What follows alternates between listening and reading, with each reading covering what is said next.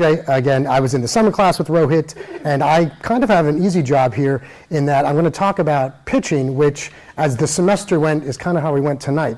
We did a lot of the basics of body language to begin with. We did the exercise Kate had us do. We talked about how the slides should look. We talked about the different presentations we would do, how would we speak to an audience. We got recorded every other week. So by the time we got to the pitching, it was the end of the semester. But basically, the pitching was the culmination of all the different pieces we learned, which was great because we did do a live pitch of, I don't know if anyone's ever seen this product, it's the banana slicer, the very plastic looking piece of crap banana slicer that's sold on Amazon that has 4,500 reviews, and we all pitched the banana slicer to everyone else in the room as if we were pitching to Trader Joe's. And it was a great exercise, it was a lot of fun, and maybe Kate had me here because I did a live demo in the room of the banana slicer because that was the way I was going to sell it.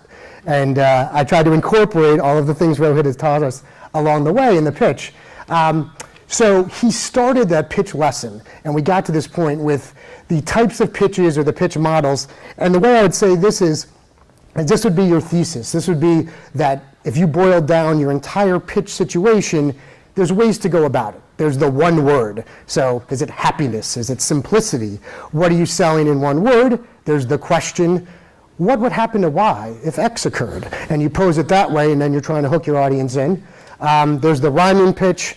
I had a real tendency to use alliteration and rhymes in my different presentations because it was just a style I had, and also I found it resonated with the audience. So I could get done with something. Maybe I've talked too fast, maybe they've tuned out at a certain point in time, but there might be some little rhyme or some little melody that stayed in their head. The subject line pitch are all the emails we're bombarded with every day. You know, Barry wants you to vote for him. I mean, every time the Obama administration sends us a subject line, a lot of those you end up talking about the next day at work. You're like, I got another one from the Democratic National Committee, and it's very personal. I'm a little concerned. The Twitter pitch, we live in a society where it's 140 characters or less. It's actually a bit overblown that all people ever talk about is, can you give it to me in a tweet? And a lot of times the answer is no, but you're still forced to do that. And the last one, which is actually the most fun, and we did a little exercise, is Pixar, the way they make movies. Oh, the second point, all my slides are terrible, and we're just going to pretend they are done as examples of what not to do.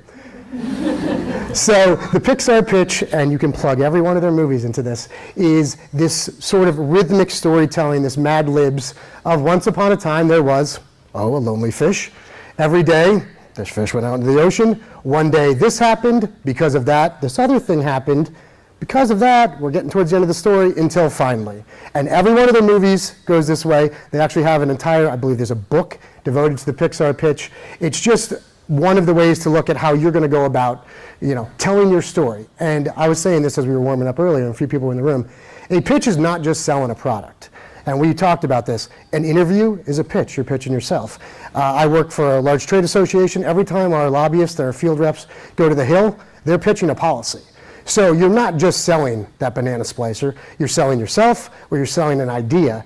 And if you think of it that way, I think someone said it, every situation is a pitch situation. When you're meeting someone for the first time, in a way, you're pitching yourself. The four most basic principles, see, I tried to make the slides nice, faded picture in the background, big fonts, didn't quite get to where it should have been. Simplicity. So the simplicity in your idea so that you can engage and not lose your audience right off the bat, and simplicity in knowing who you're talking to. So this can apply to a corporate executive, or if you're going in an interview for a job, who's your audience and what do they need from you? So what is that one point that you want them to focus on and stay attentive to what you go through in the rest of the way? The delivery is all these components we already talked about. The delivery is, in a lot of pitch situations, you're sitting at a table. So some of this stuff about body language doesn't really apply, but the eye contact, the way you talk to them, the way you stay engaged with them still applies. And if you can't deliver a message, it doesn't matter how great your message is, everyone's going to tune out. Preparation goes back to Katie's talk about research, and it also goes back to practice. So the preparation is not just being ready, it's knowing that when you get in front of that crowd, you can prepare. And there's different ways to do it. It's practice in front of a mirror, it's videotape yourself, it's run it by a fiance or a significant other, it's talk to the Metro guy. Whatever you need to do to run some ideas through before you get into that situation. So it doesn't sound rehearsed, but you're comfortable in knowing that you know the answer. If you don't know the answer, strategic pause, you'll get to the answer. And then persuasiveness, if you've done everything else right, and you have the right message, and you've located what you want your audience to know, and you have delivered it succinctly, you should be persuasive in getting them to at least have the conversation with you, be receptive to the conversation. I mean, a lot of pitches end with you not being able to sell the product, but it's still about building a relationship. So even if you leave that room without a sale, it's possible that you've just built a relationship with somebody that will leave and go somewhere else, or will turn to somebody and say, I had a great place come in, I'd already picked another vendor, but maybe you should look at these people. This is why this slide is terrible, because it's not even oriented correctly.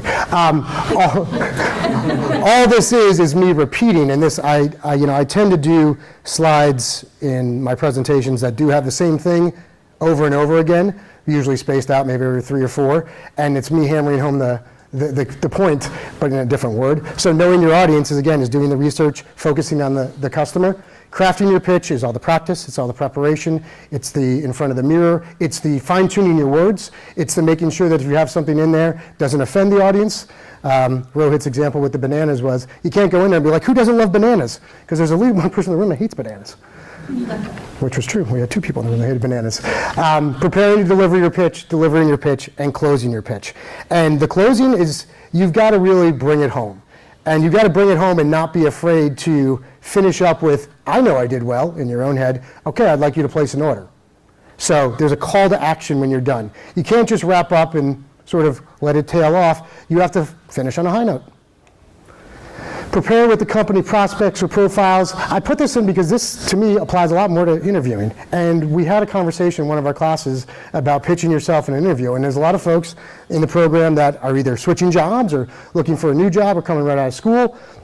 And as he presented it, it made a lot of sense that you're pitching yourself and your skills. And if you can't do that in an interview, how are you ever going to pitch a product when it comes down to it? So that kind of resonated with me, even though I'm not looking for a job. So as I've interviewed people in my current job to hire them, I've really focused on how they've prepared themselves and how they're reacting and if they're hitting some of these high notes.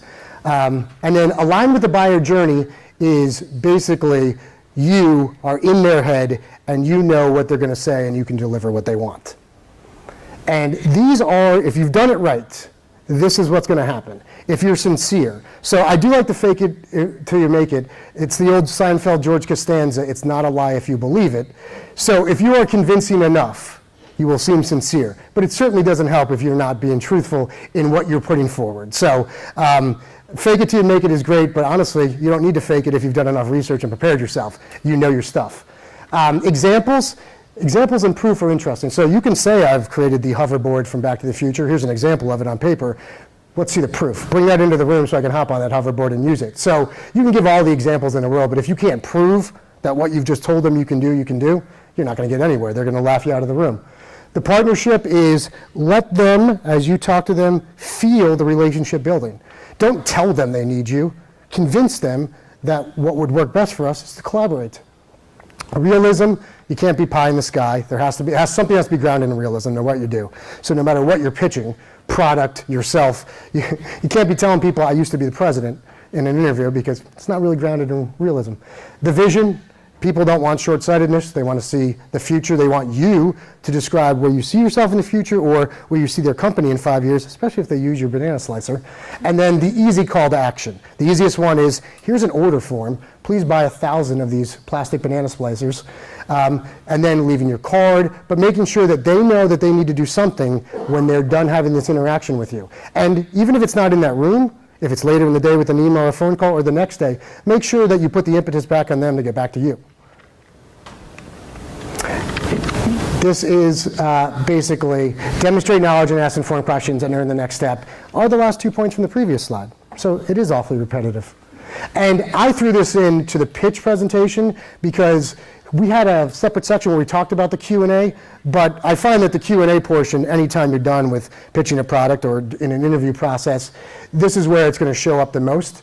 A lot of the Q&A, and we'll do it here in a second, but when you're done with your presentation, you've spoken 45 minutes on home buyers and sellers, which I do all the time. A lot of times the Q&A is one person asking about slide 13. Could you go back? I couldn't read that bullet. But really, I think the Q&A is, if you set it up properly, it's the second part of the pitch. It's an extended conversation where if you've done it right, they're asking you the follow-up questions where you think, oh, I've got my hooks in them a little bit. Let's keep this conversation going. This does kind of apply to everything in terms of, letting the questions lead to more questions, answer questions immediately. Rohit said this, and it's very true. If somebody asks you a question you don't know the answer to, it is okay to say, I don't know the answer, but then follow it up with, I'll find the right answer for you and get back to you, or I'll get back to you right away when I go look it up, or one of those things. Don't say, I don't know, or basically be like, that question's not important. Make sure that they don't feel embarrassed or that you're blowing them off.